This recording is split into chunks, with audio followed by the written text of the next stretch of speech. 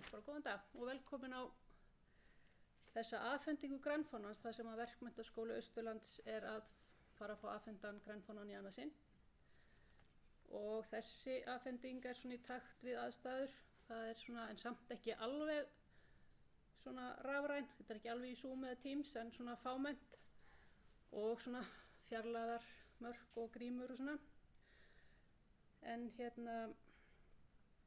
En það samt okkur sönn ánægja að geta haft þessa afhendingu á þennan hátt. Það svona ekki í Zoom eða Teams það ekki alveg rafræna og það svona því að þakka að Landvernd og Grænfáninn komið með starfsmann á Austurlandi með aðsetur á Egilsstöðum, hana Guðrúnu Smið. Og sem sagt hún var tilbúin til að koma og gera þessa athöfn svona raunverulega, það ekki rafræna. Og þess má nú svona geta að hún afhenti okkur samt grænfána líka þegar við fengum hann síðast. Þá varstu hjá Landgræðslunni, ekki? Já. En svona mjög góða tengingu við grænfánan. En þá það bara svona af hverju að vera í grænfánaverkefninu.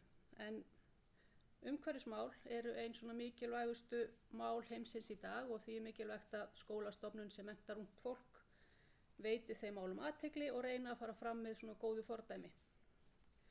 Og markmiðið með grænfánaverkefninu að stuðla að sjálfbærni og umhverfisvernd þar sem byggt á lýðræðismenntun og getu til aðgerða. Og í þessu verkefni þá þarf skólinn að gera sér markmið fyrir hvert tímabil og ef skólinn nær markmiðunum þá fær hann að flagga grænfána til 2 ára. Og þá eru síðan sett ný markmið eftir 2 ár og ef skólinn heldur áfram góðu starfi þá fæst svo viðurkenning endurnýjuð alltaf til 2 ára í senn. Og ekki svona allan að miða við að sé yfirleitt meðaltíminn að fá grænfánan síðan 2 ár. Og það að þetta sé til svona 2 ár í senn, það gerir það að það þarf alltaf að vera vakandi og á tánum og svona smá saman verður þetta að svona bara eðlilegu hluti af skólastarfinu. Þannig að það bara fínt að það sé svona bara, þetta svona vaktað, fylgst með. Og annað sem mikilvægt í þessu verkefni að það eru allir að vinna saman, nemendur, kennarar og annað starfsfólk sem að gerir verkefnið bara skemmtilegt og skapar svona góða stemmingu. Og það svona fataskiptasláin hjá okkur svona dæmi eitt svona gott skemmtilegt verkefni sem hefur virkað mjög vel. Vinna við grænfánaverkefnið síðustu mánuði hefur svona einkennst af þessari COVID-þoku og hefur svona starfsemin ekki alveg verið eins og svona í venjulegu ári. Og má nefna að grænfánaúttektin sem átti að fara fram í byrjun október frestaðist því það var akkúrat settar takmarkanir og skólanum lokað þannig að úttektin frestaðist og endaði með því að það var, hún var gerð rafræn en það gekk bara fínt. Og síðan vegna þessari frestunar þá frestast líka þessi afhending þannig að við erum svona ekkert almennilega við erum svona milli svolítið tímabila. Það svona aðeins byrjuð að fá hugmyndir og ýmislegt í gangi en svona vantar, mannabreitingar, það var svona ekki alveg klárað og annað. Þannig að núna á þessum tímapunkti þegar við erum að svona klára formlega þetta annað tímabil og hefja þetta 3. þá ágætt að klára þær mannabreitingar sem eru á umhverfisnefndinni. En það nú alltaf þannig að nemendur koma í skólan, klára námið og fara þannig að það yfirleitt svona hreyfing á nemendum og síðasta vor þá útskrifaðist fulltrúi nemenda í umhverfisnefnd þannig að í haust þá komu 3 nýir nemendur inn í umhverfisnefndina og það eru þau Alexandra Ýr, Elísa Maren og Anton Berg. Arnór Berg bætist síðan einnig í hópinn þannig að þau verða 4 fulltrúar nemenda og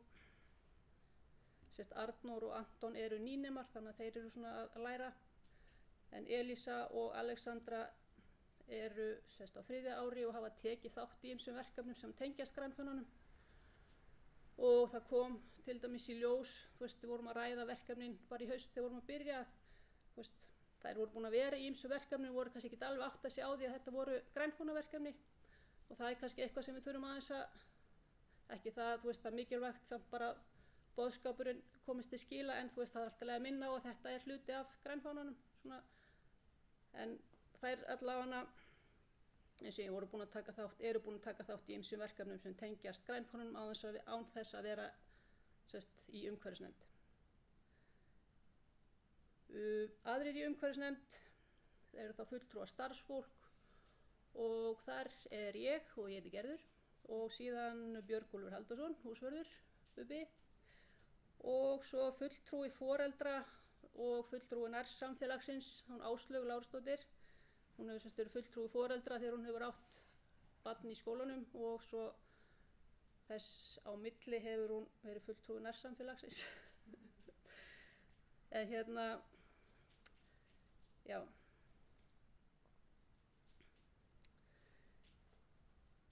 Bubbi og Áslaug, þau hafa nú ákveðið að hætta í nefndinni í bili að minnsta kosti, til að mögulega kemur næsta barn í skólan. En já, þau hafa ákveðið að hætta í nefndinni og við þökkum þeim bara kærlega fyrir samstarfið og velunni störf. Bubbi verður nú svona á hliðarlínunni samt, því að það er nú svona ýmislegt bara í þessari starfsemi krefst þess að hann sé með. Og þeir starfsmenn sem koma inn í umhverfisnefndina núna, fyrir 3. tímabil, eru þá Birgir Jónsson, verkefnisstjóri og kennari, og Auður Þorgeirsdóttir, hún þroskaþjálfi og kennari á starfsbraut. Þau koma inn, þannig að þá er umhverfisnefndin nemendur Arnór, Anton, Alexandra og Elísa og starfsmenn Auður, Birgir og Gerður. Og það er stórt verkefni framundan. Það er eitt verkefni sem er framundan núna næsta tímabili, en við sendum umsókn í sprotasjóð á vorin 2020 fyrir tímabilið 2020 til 2021. En sprotasjóður er sameiginlegur sjóður fyrir leik-, grunn- og framhaldsskóla og styður við þróun og nýjungar í skólastarfi.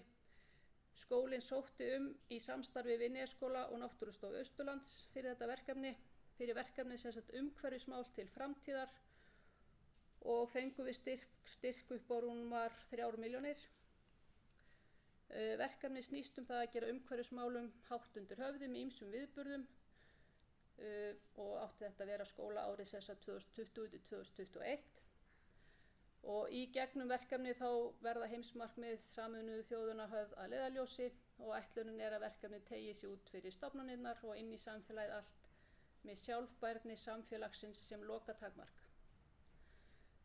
Undirbúningurinn átti að fara af stað núna í haust, en vegna aðstæðna þá hefur það ekki alveg gengið eftir. En við höfum fengið frest fyrir verkefnið, þannig að þetta teygi sig allavega fram á næstu vorin og líklega fram til vors 2022. Þannig að það var allavega ekkert mál að fá þessu framlengt. En já, þetta var svona það sem ég ætlaði að segja, og bara gaman að Guðrún Smith sé komin til starfa hérna á Austurlandi, því að hún er náttúrufræðingur og með master í menntun til sjálfbærni, þannig að við bara komin til með að fá fræðslu vonandi frá henni, og þannig að það verður bara það besta mál.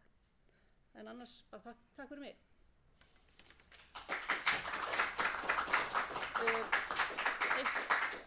Það er svona venjan yfirleitt að nemendurnir séu svona látnir hafa eitthvað hlutverk eða sjáu þetta, en þar sem að þið eru svona nýbyrjuð í þessu, þá sleppið þið núna. Þannig að einhver sem ekki nema þið langar að segja eitthvað Alexandra, þú ert ein sem fulltrúi nemenda, þau voru farin heim svona Seyðisfjörð og þannig að ekki bara Guðrún.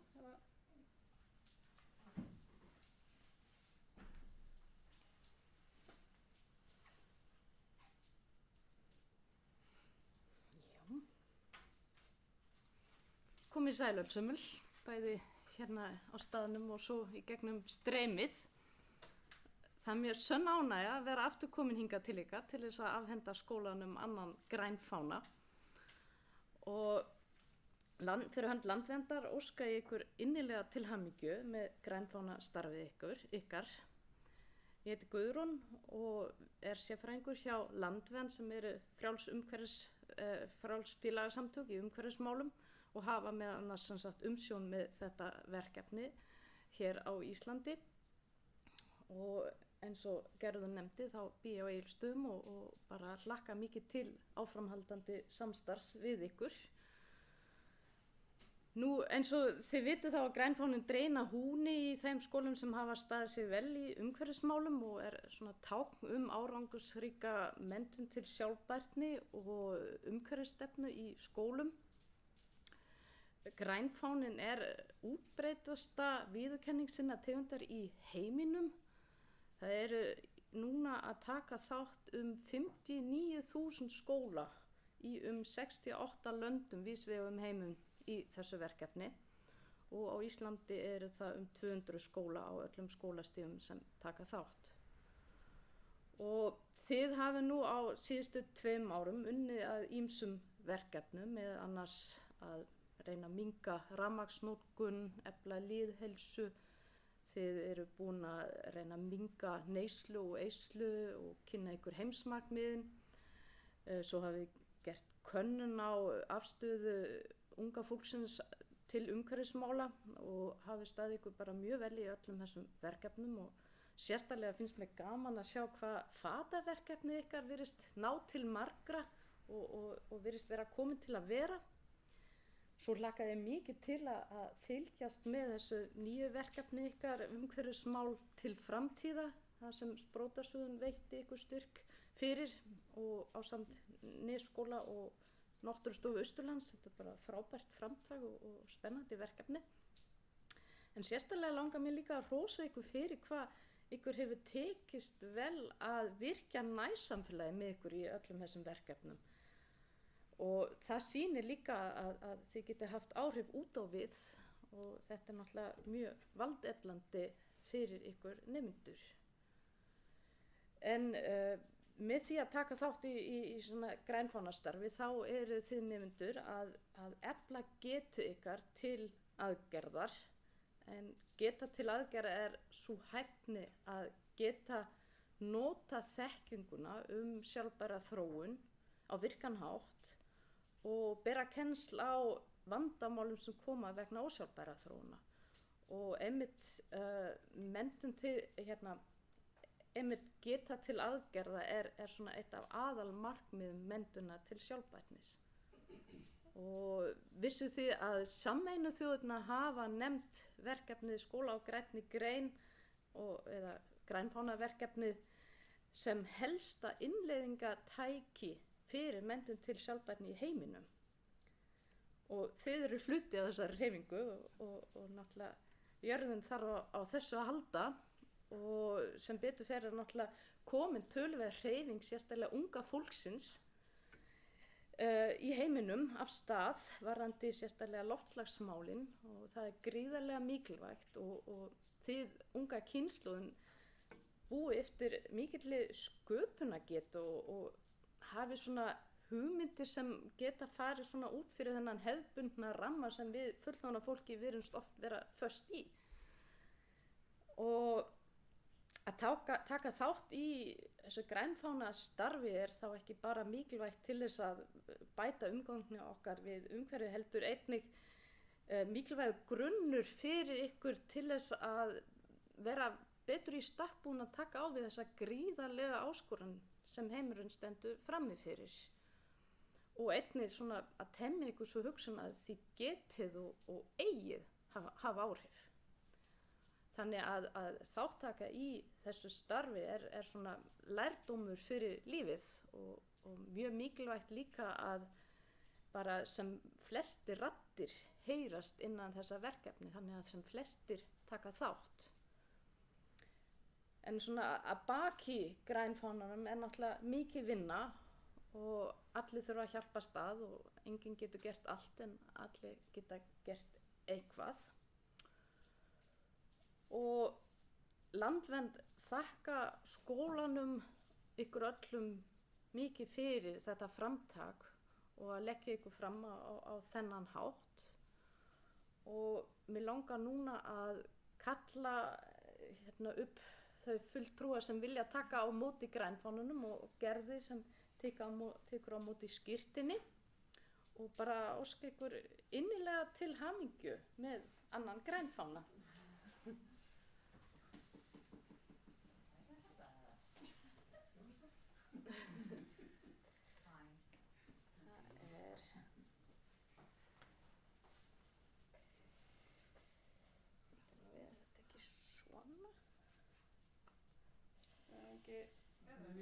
Sný aftur. Svona.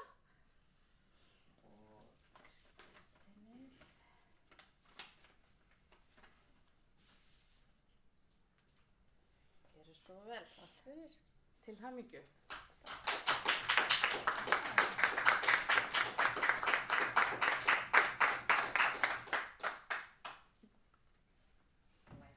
Fínt að vera með grímu í svona myndatökum. Það ekki nógu mikið bíl á milli þannig að það mega vera grímulausar á þessari mynd. Nei. Þetta líka sögulegt að það Það tákrænt, sko. Ekki.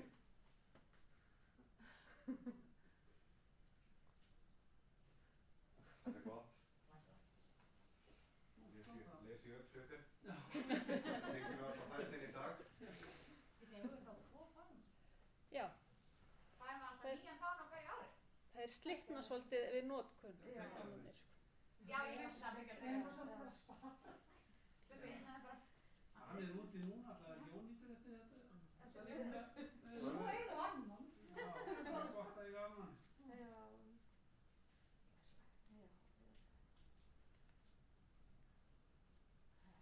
Ekki bara glæsilegt. Bara takk fyrir. Þetta var, ég segi, það er miklu skemmtilegra að gera þetta þótt þetta sé svona heldur en að